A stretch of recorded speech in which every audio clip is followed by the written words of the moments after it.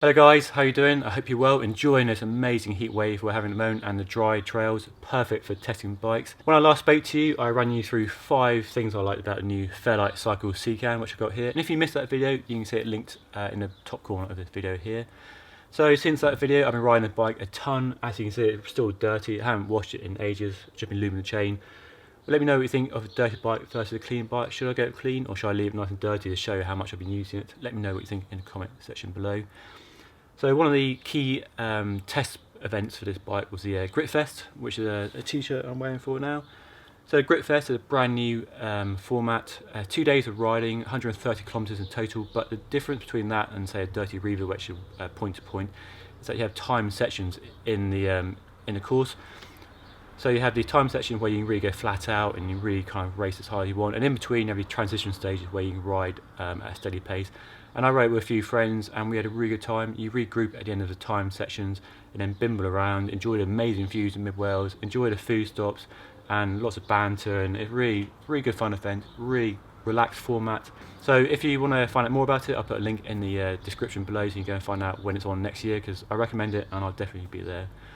So it's a really good test for the Secan. Lots of fast fire road, lots of gravel, a bit of single track, lots of climbing, lots of descending. Really a good all-round test for a gravel bike, and in particular the new Secan, which I've been testing. So my first impressions of the bike are it's really stable when you're riding fast, loose, unpredictable gravel tracks. You want a nice stable bike. You want kind of relaxed handling, so it's not going to do anything untoward or kind of be nervous or twitchy. So they made the wheelbase longer, the head angle a bit slacker, and just kind of made it a bit more relaxed and a bit more, not lazy, but easier to handle when you're riding at high speed on a loose surface compared to the road bike. The combination of the super stiff carbon fork and the skinny tubes of the steel frame provides a nice blend of compliance and stiffness.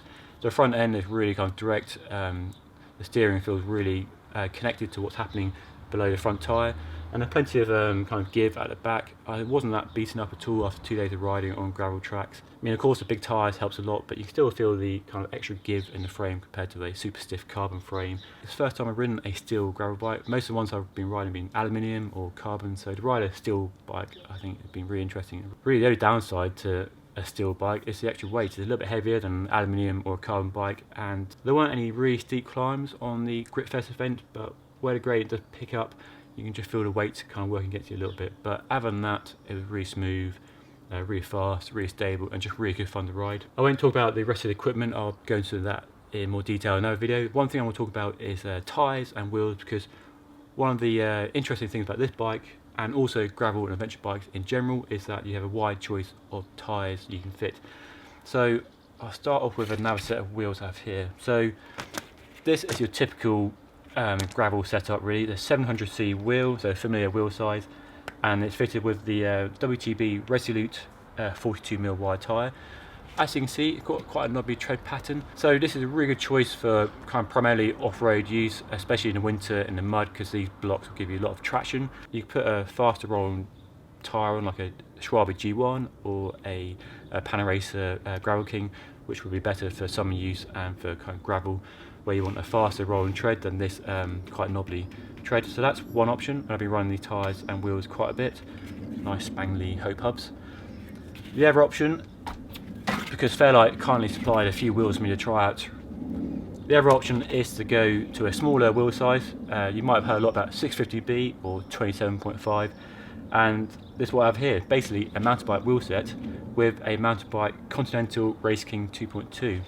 So it's a 2.2 inch tyre, mountain bike tyre, low profile tread pattern, and these fit in the bike with loads of clearance. And this is a really good choice if you're riding off road, because as you can see, the difference is in the volume of the tyre. You have a lot more tyre, a lot more volume between you and the ground, so that means a lot more cushioning. You run the tyre pressure is a lot lower, a lot more grip when you're running off road.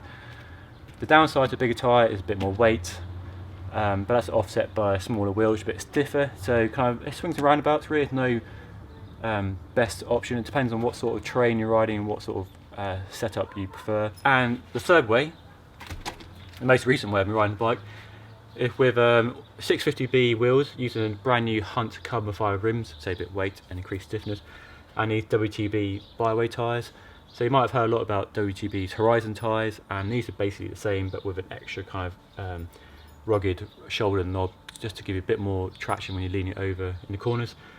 The same 47mm width, and these are really good tyres. Really impressed with these. They're a bit heavy and they're not the most aero, but you run on really low pressures, so that's a 40 psi in the front and about 45 psi in the back. It works really well on the road, loads of grip off-road, providing it's dry, and which it is at the moment, it hasn't rained in weeks or months. This is a really nice setup, and this really taps into that sort of all-road capability where you ride on the road, but if you see a bridleway or smooth gravel track, you can fly down it, no problems.